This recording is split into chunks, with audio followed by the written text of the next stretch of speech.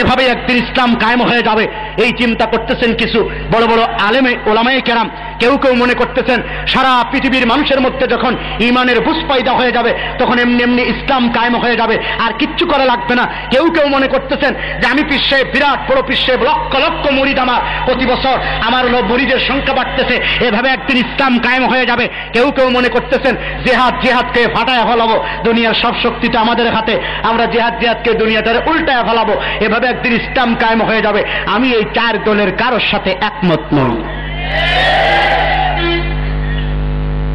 বন্ধুরা আমার নবী, আপনার নবী সর্বকালের সর্বসেরা মানুষ। ইহুদির বাড়িতে শ্রমিকের কাজ করতেছেন। কিসের কাজ? শ্রমিকের কাজ করতেছেন। গভীর কূপ থেকে পানি ওঠানোর দায়িত্ব। পানি উঠাইতে পারলে কিছু খাবার পাওয়া যাবে, খেজুরের দানা পাওয়া যাবে, ক্ষুধার যন্ত্রণা মিটবে। পানি উঠাতে উঠাতে পাত্রটা ছিঁড়ে কূপের ভিতরে পড়ে গেছে। ইহুদি মালিক রাগান্বিত হয়ে সোনার নবীর সোনার চেহারায় কষে একটা চড় বসিয়ে দিয়েছে। আল্লাহর নবী চটটা খাওয়ার পরে, আঘাত পাওয়ার পরে মনে হলো তিনি কষ্ট পান নাই, ব্যথা পান নাই। ব্যথাটা ভুলে গিয়ে ইহুদির হাতটা ধরে মালিশ করে দেয় আর বলে, বাবা তোমার হাতে আমাকে আঘাত করার কারণে তুমি ব্যথা পেয়েছো নাকি, তুমি কষ্ট পেয়েছো নাকি? সেই নবী আবার বদরের ময়দানে, উহুদের ময়দানে, খন্দকের ময়দানে, হুনায়নের ময়দানে 27টি যুদ্ধে সেনাপতির দায়িত্ব পালন করে যেই হাত দ্বারা আঘাত পাওয়ার পরেও ইহুদির হাতটা মালিশ করে দিয়েছিলেন, সেই হাত দ্বারা ধারালো তরবারি ধারণ করে সেনাপতির দায়িত্ব নিয়ে সাহাবায়ে কেরামকে অর্ডার করেছেন, সামনে আগাও, কাফেরদেরকে প্রয়োজনে কচু কাটা করো, তারপরেও ইসলামের বিজয় যে কোনো মূল্যে ছিনিয়ে আনো। এই দুটি কথা, এই দুটি ভূমিকা একই ব্যক্তির কিনা? মায়ের খাওয়ার পরেও হাত মালিশ করে দেয়, আবার তরবারি নিয়ে ময়দানে ঝাঁপিয়ে পড়ে। এই দুই ভূমিকা একই ব্যক্তির কিনা বোঝার চেষ্টা করুন। না বুঝলে বলবেন, আর বুঝলে জবাব দিবেন। একই ব্যক্তির কিনা? তরবারিও যেই ব্যক্তি ধরছে আর ইহুদির হাতটা মালিশ কিন্তু সেই ব্যক্তি করে দেওয়া। এর দ্বারা বোঝা যায় যে শুধুমাত্র হাত মালিশ করার মধ্যে ইসলাম সীমাবদ্ধ নয়, শুধু তরবারি ধরার মধ্যে ইসলাম সীমাবদ্ধ নয়। যেখানে যে ট্যাবলেট প্রয়োজন সেখানে সেই ট্যাবলেট প্রয়োগ করাই হলো যোগ্য ডাক্তারের কাজ। নবী মুহাম্মদ রাসূলুল্লাহ রুহানি ডাক্তার ছিলেন, শ্রেষ্ঠ ডাক্তার। রাষ্ট্রের ডাক্তার ছিলেন, শ্রেষ্ঠ ডাক্তার।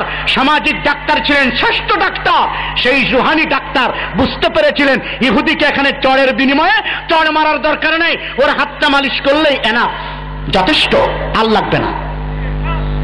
যার পিঠে হাত বোলালে ভালো হয়ে যায় তার তো আঘাত করার দরকার নেই।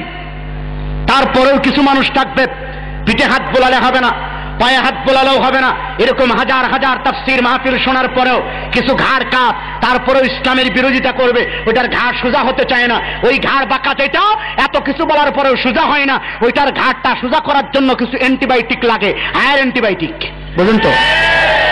ঢাকায় আমরা বলি সাইজ মতো গজারি, যেটা এটা অ্যান্টিবায়োটিক বলি। সব রোগী তো একরকম না, সব রোগী একরকম। কিছু রোগী আছে প্যারাসিটামল দিলে জ্বর ভালো হয়ে যায়, কিছু জ্বর আছে যে প্যারাসিটামল দিলে যায় না, কট্টিম দেওয়া লাগে, কিছু আছে এইচ প্লাস দেওয়া লাগে, কিছু আছে ইনজেকশন দেওয়া লাগে, স্যালাইন দেওয়া লাগে, তারপরেও সারে না। সব রোগীর জ্বর কি একরকম? তো যে আহাম্মকেরা একই ট্যাবলেট দ্বারা সব রোগকে ভালো করতে চায়, সব জ্বরকে ভালো করতে চায়, এরা কি যোগ্য ডাক্তার? ঘটনাক্রমে আল্লাহর নবীর বিজয়ের কর্মসূচি 4টা। কয়টা? জোরে বলেন কয়টা? নাম্বার 1, প্রথম নাম্বার কর্মসূচি ইলম ও তারবিয়াত, জ্ঞান অর্জন, প্রশিক্ষণ, যা শিখছো আরেকজনকে শিখাও। দ্বিতীয় নম্বর কর্মসূচি দাওয়াত বা তাবলীগ, যা বুঝেছ অন্যের কাছে প্রচার করে দাও, পৌঁছে দাও। 3 নম্বর কর্মসূচি তাসকিয়া বা আত্মশুদ্ধি, মুরাকাবা, মুশাহাদা, জিকির আসকারের মাধ্যমে নিজের কলবটাকে পরিশুদ্ধ করে মাওলার কবরে যাও। 4 নম্বর কর্মসূচি জিহাদ ফি সাবিলিল্লাহ, অন্যায় থাকবে, আবু জাহেলের পেটাত্তারা থাকবে, দুর্নীতি থাকবে, অন্যায়, অত্যাচার, জুলুম, নির্যাতনের বিরুদ্ধে জিহাদের কর্মসূচিও কিয়ামত পর্যন্ত থাকবে না? থাকবে না? এখন কি আর কাফের আছে? একটা প্রশ্নের জবাব না দিয়ে পারতেছি না। আমাদের কাছে কয়, হুজুর আপনারা জিহাদ জিহাদ করেন, এখন কি আর কাফের আছে? জিহাদ কি শুধু কাফেরদের সাথে না আরো কারোর সাথে আছে? কথা বলেন। ইয়া আইয়ুহান নাবিয়্যু জাহিদিল কুফফারা ওয়াল মুনাফিকিন, হে নবী আপনি জিহাদ করুন শুধুমাত্র কাফেরদের বিরুদ্ধেই নয়, মুনাফিকদের বিরুদ্ধেও জিহাদ করা লাগবে। বাংলাদেশে কোনো মুনাফিক নাই, আগে ছিল, এখন সব ভালো হয়ে গেছে, এরকম আছে না নাই? যাক, এই বিষয়ে প্রমাণ দেওয়া যাবে যে এখন মনে হয় আর জিহাদ নাই, এই কথা অনেকেই বলতে চায়, যেটা আগের ব্যাপার, কাফেরও নাই, এখন আর জিহাদও নাই। জিহাদ আছে না নাই? আল জিহাদু মাদিন ইলা ইয়াউমিল কিয়ামা, আল্লাহর নবীর ঘোষণা হলো কিয়ামত পর্যন্ত জিহাদ ধারাবাহিকভাবে অব্যাহত থাকবে। সে কারণে জিহাদও লাগবে না। আল্লাহর নবীর বিজয়ের কর্মসূচি কয়টা মনে রাখতে পারবে? 4টা কর্মসূচির ফর্মুলা দিচ্ছি আমি, কেমনে বিজয় আসবে। সেই ফর্মুলার আলোকে যদি আলেমেরা চলে, সেই ফর্মুলার আলোকে যদি আমি চলি, সেই ফর্মুলার আলোকে যদি পিসেবরা চলে, সেই ফর্মুলার আলোকে যদি যুবকেরা চলে, বাংলাদেশে ইসলামের বিজয় হতে বাধ্য ইনশাআল্লাহ। আল্লাহ ওয়াদা করেছেন লা ইস্তাখলিফান্নাহুম ফিল আরদ, এই জমিনের শাসন ক্ষমতা তো আমি তোমাদের হাতেই দিব, কিন্তু কিছু শর্ত আছে না নাই? ধন্যবাদ। এই 4টা কর্মসূচির আলোকে যদি কেউ আগাতে পারে তার নাম যোগ্য ডাক্তার, ঠিক কিনা? জামালপুর থেকে আপনারা কেউ কোনোদিন গুলিস্তান গেছেন কিনা? ঢাকা, রাগ করবেন না, আমি আগে বলেছি, পরে মাপ চেয়ে নেব। গুলিস্তানের ফুটপাতে কিন্তু ডাক্তার পাওয়া যায়, একদমে তারা 200 রোগের নাম বলতে পারে। রোগের নাম বলে লেকচার দেয়, আমার এই একই ট্যাবলেট খাইলে সব রোগ ভালো হয়ে যাবে। আপনারা কি বলেন? একই ট্যাবলেট দ্বারা সব রোগ ভালো হয়? একই ট্যাবলেট দ্বারা আমাশা, আবার একই ট্যাবলেট দ্বারা জন্ডিস, কিভাবে সম্ভব? একই ট্যাবলেট দ্বারা আমাশা ভালো হয় না, একই ট্যাবলেট দ্বারা ডায়াবেটিস ভালো হয় না, ঠিক কিনা যেরকম? তো এই কারণে ওরা ওখান থেকে লেকচার দেয় যে আমার এই একই ট্যাবলেট দ্বারা সব রোগী ভালো হয়ে যায়। এই বক্তব্য গুলিস্তানের ডাক্তারেরা দেয়, এক এমবিবিএস ডাক্তারেরা দেয়। এমবিবিএস ডাক্তারের কাছে গেলে কয়েক প্রকারের ওষুধ দেয় একই রোগের জন্য, পার্শ্ব প্রতিক্রিয়া যেন না হয়, অন্য কোনো ব্যাপার স্যাপার না থাকতে পারে। একই রোগের জন্য একটা ট্যাবলেট দেয় না কয়েক প্রকারের ওষুধ দেয়, এবং রোগী বুঝে ওষুধ দেওয়ার চেষ্টা করে। যারা আজকে বলে যে শুধুমাত্র এলমের খেদমত করলেই পৃথিবীতে ইসলাম চলে আসবে, আমি সেই বুজুর্গানে দিন হযরত উলামায়ে কেরামের পায়ে হাত দিয়ে বলবো, না, আপনার আরো কিছু দায়িত্ব আছে। যারা মনে করেন গোটা পৃথিবীর মধ্যে তাবলীগের কাজ করতেছি, ইমানের বুঝ পায়দা হয়ে গেলে এমনি এমনি পৃথিবীতে ইসলাম কায়েম হয়ে যাবে, আর কিচ্ছু করা লাগবে না, আমি এই মুবাল্লিগের পায়ে হাত দিয়ে বলবো, আপনার আরো কিছু দায়িত্ব পালন করার আছে। যারা পিসব হয়েছেন তারা মনে করেন মুরিদি পীর মুরিদি করলেই, জিকির আজকার করলে এখন কলব লাফায়, ঠক ঠক করে, শব্দ হয়, নানা কিছু হয়, আর মনে হয় কিচ্ছু করা লাগবে না। আমি সেই পীর এবং পীরের মুরিদদের পায়ে হাত দিয়ে বলবো, আপনারও আরো কিছু দায়িত্ব আছে না নাই? যারা মনে করেন শুধু জিহাদ করলে, ইসলামী আন্দোলন করলে টুপিদারির দরকার নেই, জিকির আজকারের দরকার নেই, দাওয়াত ও তাবলীগের দরকার নেই, ইলম কালামের দরকার নেই, এমনি এমনি ফাটাফাটি অবস্থায় কি কন বোমা ফাটাইলেই দুনিয়াতে ইসলাম কায়েম হয়ে যাবে, এ জাতীয় চিন্তা চেতনা যাদের মধ্যে কাজ করে, আমি সেই ইসলামী আন্দোলনের অকুতভয় সৈনিকের পায়ে হাত দিয়ে বলবো, আপনারও আরো কিছু কাজ করা দরকার, ঠিক কিনা দরকার?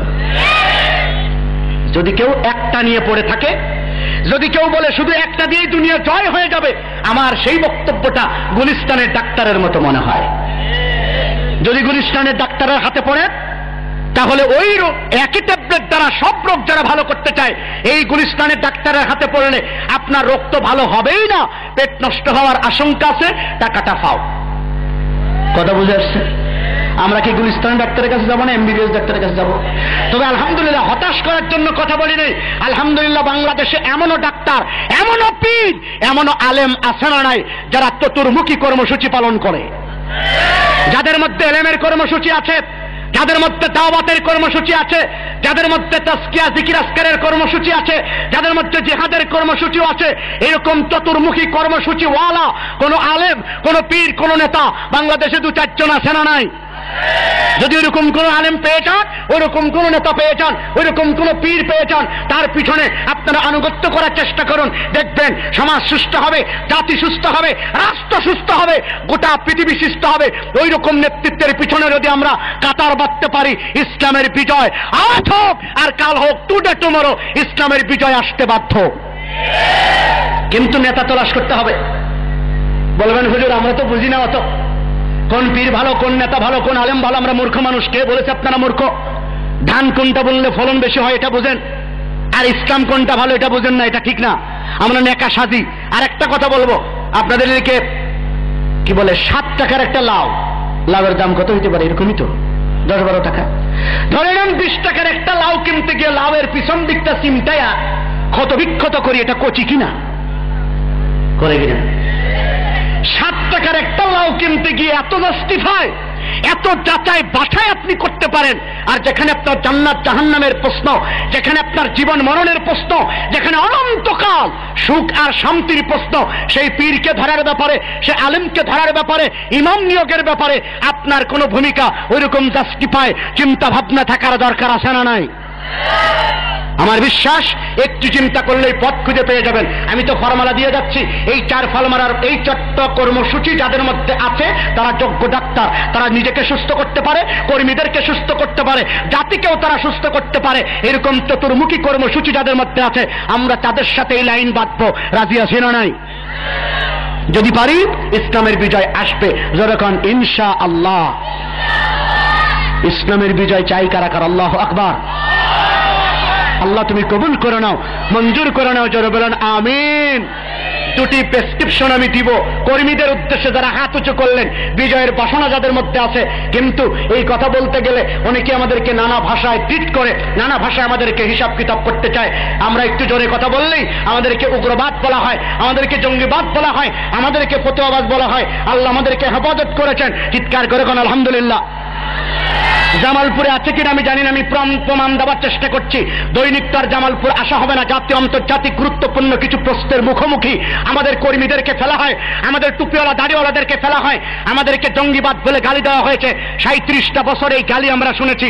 র্যাব আসার পর, 4 দলীয় জোট ক্ষমতা আসার পর, র্যাব নামানোর পরে আমি চ্যালেঞ্জ করছি, একজন